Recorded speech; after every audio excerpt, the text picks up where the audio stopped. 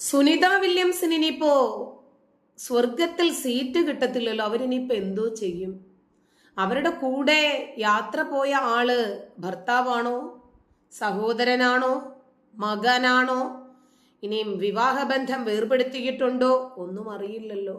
ഇനി അതല്ലെങ്കിൽ ഒരു അന്യപുരുഷനോടൊപ്പം 9 മാസം, അയ്യോ വലിയ ബുദ്ധിമുട്ടാകുമല്ലോ. പഠിച്ചോൻ ഇത് കാൽക്കുലേറ്റ് ചെയ്ത് അതിനേക്കാൾ ഏറെ നമ്മുടെ നാട്ടിലെ കാക്കമാരിനിപ്പോ ഇടകലരുന്നതിനെ സംബന്ധിച്ചു എന്തായിരുന്നാലും അവരുടെ സമാധാനം പോയല്ലോ അല്ലേ.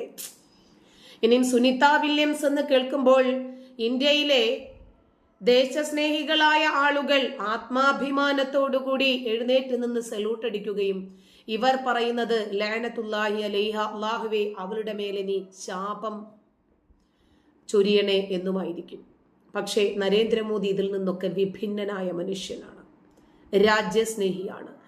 രാജ്യത്തുള്ള ഓരോ പൗരന്റെയും അവകാശങ്ങളെ സംരക്ഷിക്കുന്നതിനോടൊപ്പം അവർ ഈ രാജ്യത്ത് വരിക്കുന്ന എല്ലാ തരത്തിലുള്ള പുരോഗതിയെ സംബന്ധിച്ചും വ്യക്തിപരമായി അവരെ അപ്രിഷ്യേറ്റ് ചെയ്യാനും മറക്കാറില്ല. 9 മാസത്തെ നീണ്ട ദൗത്യത്തിന് ശേഷം അന്താരാഷ്ട്ര ബഹിരാകാശ നിലയത്തിൽ നിന്നും ഭൂമിയിലേക്ക് തിരികെ എത്തുന്ന ഇന്ത്യൻ വംശജയായ സുനിത വില്യംസിന് ആശംസകളുമായി പ്രധാനമന്ത്രി നരേന്ദ്രമോദി. സുനിതയുടെ നേട്ടങ്ങളിൽ 140 കോടി ഇന്ത്യക്കാർ എപ്പോഴും അഭിമാനം കൊള്ളുന്നതായി നരേന്ദ്രമോദി പറഞ്ഞു. അതേസമയം സുനിതയും ബുച്ച് വിൽമോറും വിജയകരമായി ലാൻഡ് ചെയ്യട്ടെ എന്നും നരേന്ദ്രമോദി എത്തുന്നതിന് മുമ്പ് തന്നെ ആശംസകൾ നേർന്നു. സുനിത വില്യംസ് എല്ലാ ഇന്ത്യക്കാരുടെയും ആശംസകൾ അങ്ങേക്ക് നേരുകയാണ്. അറിയപ്പെടുന്ന ബഹിരാകാശ യാത്രികനായ മൈക്ക് മാസിമിനോയുമായി ഇന്ന് ഞാൻ കൂടിക്കാഴ്ച നടത്തിയിരുന്നു എന്നും ആ സംഭാഷണത്തിൽ സുനിതയുടെ പേരുയർന്നു വന്നു എന്നും അദ്ദേഹം പറഞ്ഞു. നിങ്ങളെ ഓർത്ത് എത്രയേറെ ഞങ്ങൾ അഭിമാനം കൊള്ളുന്നു എന്ന കാര്യം ചർച്ച ചെയ്തു. ആ ചർച്ചയ്ക്ക് ശേഷം സുനിതയ്ക്ക് ഒരു കത്ത് എഴുതാതിരിക്കാൻ നരേന്ദ്രമോദിക്കായില്ല. സുനിത വില്യംസിന്റെ നേട്ടങ്ങളിൽ 140 കോടി ഇന്ത്യക്കാർ എപ്പോഴും അഭിമാനം കൊള്ളുന്നു. നിങ്ങളുടെ ധീരതയും സന്നദ്ധതയും ഒരിക്കൽ കൂടി ഉറപ്പിക്കുന്നതിനായി പുതിയ ദൗത്യവും. ആയിരക്കണക്കിന് മൈലുകൾക്കകലെയാണ് നിങ്ങളുള്ളതെങ്കിലും ഞങ്ങളുടെ ഹൃദയത്തിൽ എപ്പോഴും അടുത്ത് തന്നെയുണ്ട് എന്ന് പറയാനും ആ മനുഷ്യൻ മറന്നില്ല. പ്രധാനമന്ത്രിയാണ്. അതിലുപരി നമ്മളെപ്പോലെ തന്നെ 24 മണിക്കൂറേ ഉള്ളൂ. നമ്മൾക്കുള്ളതിനേക്കാൾ ലക്ഷക്കണക്കിന് കോടിക്കണക്കിന് പ്രശ്നങ്ങൾ അഭിമുഖീകരിക്കുന്ന കോടിക്കണക്കിന് സ്ഥലങ്ങളിൽ അദ്ദേഹത്തിന്റെ പ്രസൻസ് എത്തേണ്ടതായിട്ടുണ്ട്. എന്നിട്ട് പോലും സുനിത വില്യംസിന്റെ ആരോഗ്യത്തോടുകൂടി വിജയകരമായി അവർ തിരിച്ച് ഇന്ത്യയിലെത്തട്ടെ, എല്ലാ ഇന്ത്യക്കാരും അതിനുവേണ്ടി പ്രയത്നിക്കുന്നു, പ്രാർത്ഥിക്കുന്നു എന്ന് പറയാൻ അദ്ദേഹം മറന്നില്ല. തിരിച്ചു വരവിന് ശേഷം സുനിത വില്യംസിനെ ഇന്ത്യയിൽ പ്രതീക്ഷിക്കുന്നു എന്നും നരേന്ദ്രമോദിയുടെ കത്താണ്. നരേന്ദ്രമോദിയെ എതിർക്കാനാണ് പലപ്പോഴും ആളുകൾക്ക് താല്പര്യം. അദ്ദേഹം ചെയ്യുന്ന നല്ല പ്രവൃത്തികളൊന്നും കാണില്ല. കാരണം അവർ രാജ്യവിരുദ്ധരാണ്. രാജ്യത്തിന്റെ വളർച്ചയും പുരോഗതിയും അംഗീകരിക്കാൻ അവർക്ക് സാധിക്കില്ല. ഭൂമിക്ക് പുറത്തേക്കുള്ള മനുഷ്യന്റെ പര്യവേഷണത്തിൽ നിർണായകമായ ഒരു ഏട് കൂട്ടിച്ചേർത്തുകൊണ്ടാണ് സുനിത വില്യംസും ബുച്ച് വിൽമോറും ഇന്ന് ഫ്ലോറിഡയിലെ കടലിൽ വന്നിറങ്ങിയത്. 9 മാസത്തോളം നീണ്ട കാത്തിരിപ്പിന് ശേഷമാണ് രണ്ടുപേരും ഭൂമിയിൽ കാലെടുത്തു വെച്ചത്. ബഹിരാകാശ പര്യവേഷണ ചരിത്രത്തിലെ സമാനതകളില്ലാത്ത ഈ സംഭവവും സുനിതയുടെ മടങ്ങിവരവും ഏറെ ആകാംക്ഷയോടുകൂടിയാണ് ലോകം നോക്കിക്കാണുന്നത്.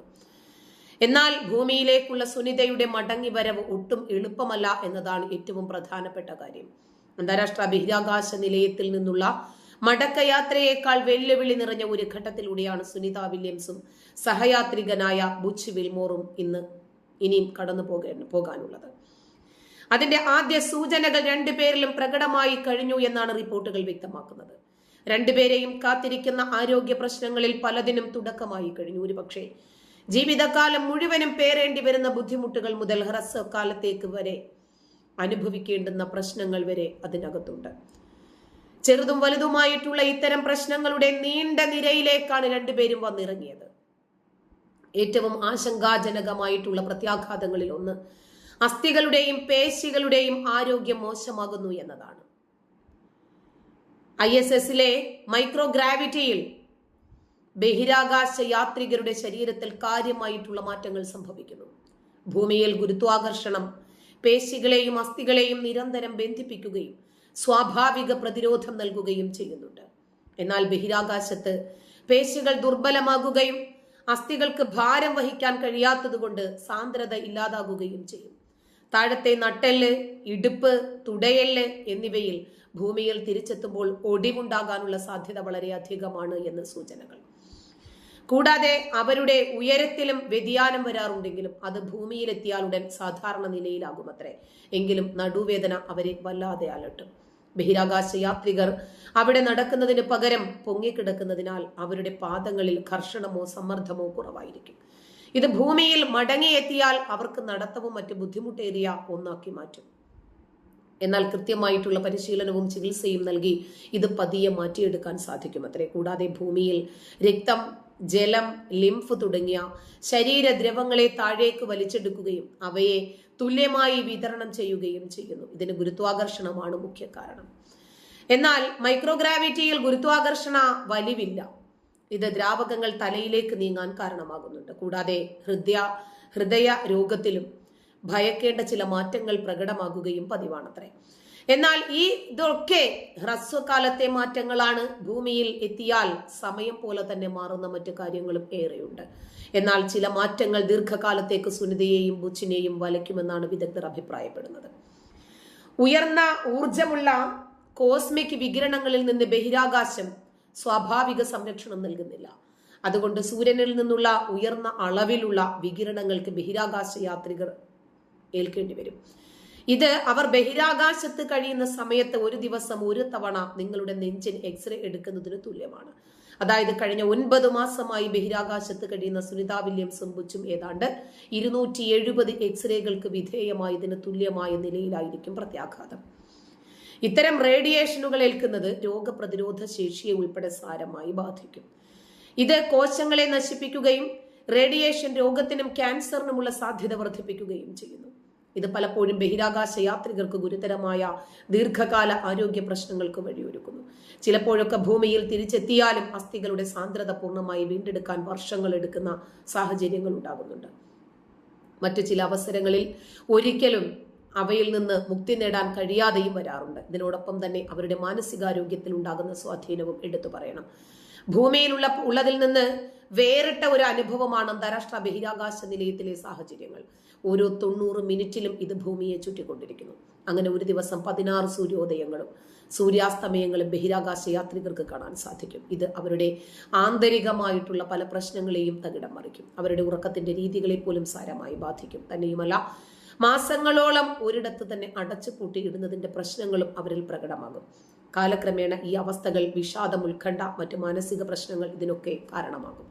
ദീർഘകാല ബഹിരാകാശ ദൗത്യങ്ങൾ ബഹിരാകാശ യാത്രികരുടെ വൈജ്ഞാനിക പ്രവർത്തനങ്ങളെ തടസ്സപ്പെടുത്തുമെന്നും ഇത് തീരുമാനമെടുക്കൽ, പ്രതികരണ സമയം, വൈകാരിക സ്ഥിരത ഇതിനെയൊക്കെ ബാധിക്കുമെന്നും നിരവധി പഠനങ്ങൾ ചൂണ്ടിക്കാണിക്കുന്നുണ്ട്. എന്നാൽ അവരുടെ മനക്കരുത്തും സംയമനവും ഒക്കെ ഇക്കാര്യത്തിൽ കൃത്യമായി സ്വാധീനിക്കും.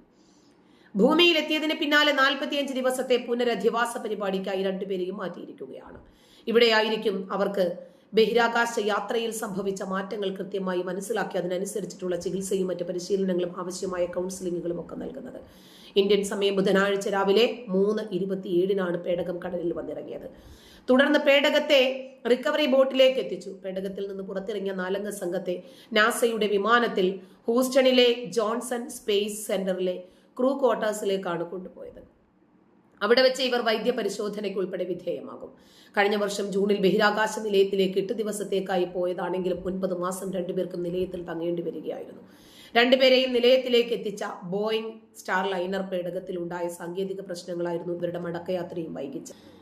പെണ്ണിനെ വെറും ഒരു ഭോഗവസ്തുവായും പേറുയന്ത്രമായും കാണുന്ന ആളുകൾക്ക് ഇതിനെ അംഗീകരിക്കാൻ സാധിക്കില്ല. പെണ്ണ് വീട്ടിലിരുന്നാൽ മതി എന്ന് പറയുന്ന ആളുകൾ ഇപ്പോഴും ഇവര് റിസർച്ച് ചെയ്യുന്നത് എന്താണ്? മുസ്ലിം കമ്മ്യൂണിറ്റി പെണ്ണിനെ എങ്ങനെ കറുത്ത ചാക്കിനകത്ത് പൊതിഞ്ഞ് വീട്ടിലിരുത്താം, കുട്ടികളെ ഉൽപ്പാദിപ്പിക്കാനുള്ള ഒരു കൃഷിസ്ഥലമായി മാത്രം എങ്ങനെ ഉപയോഗിക്കാം, പെണ്ണിനെ എങ്ങനെ ഇടകലരാതിരിക്കാം, പെണ്ണിനെ എങ്ങനെ പുറത്തിറക്കാതിരിക്കാം, അങ്ങനെ പെണ്ണിനെ മറകെട്ടി അഫ്ഗാനികളെ പോലെ വീട്ടിനകത്ത് നിന്ന് ജനലുകൾ വരെ എടുത്തു മാറ്റേണ്ടുന്ന സാഹചര്യത്തിലേക്ക് പോകുമ്പോൾ അവരുടെയൊക്കെ നെറും തലയിൽ കിട്ടിയ തിരിച്ചടിയാണ് സുനിത വില്യംസ് എന്ന ഉരുക്ക് വനിത. നന്ദി.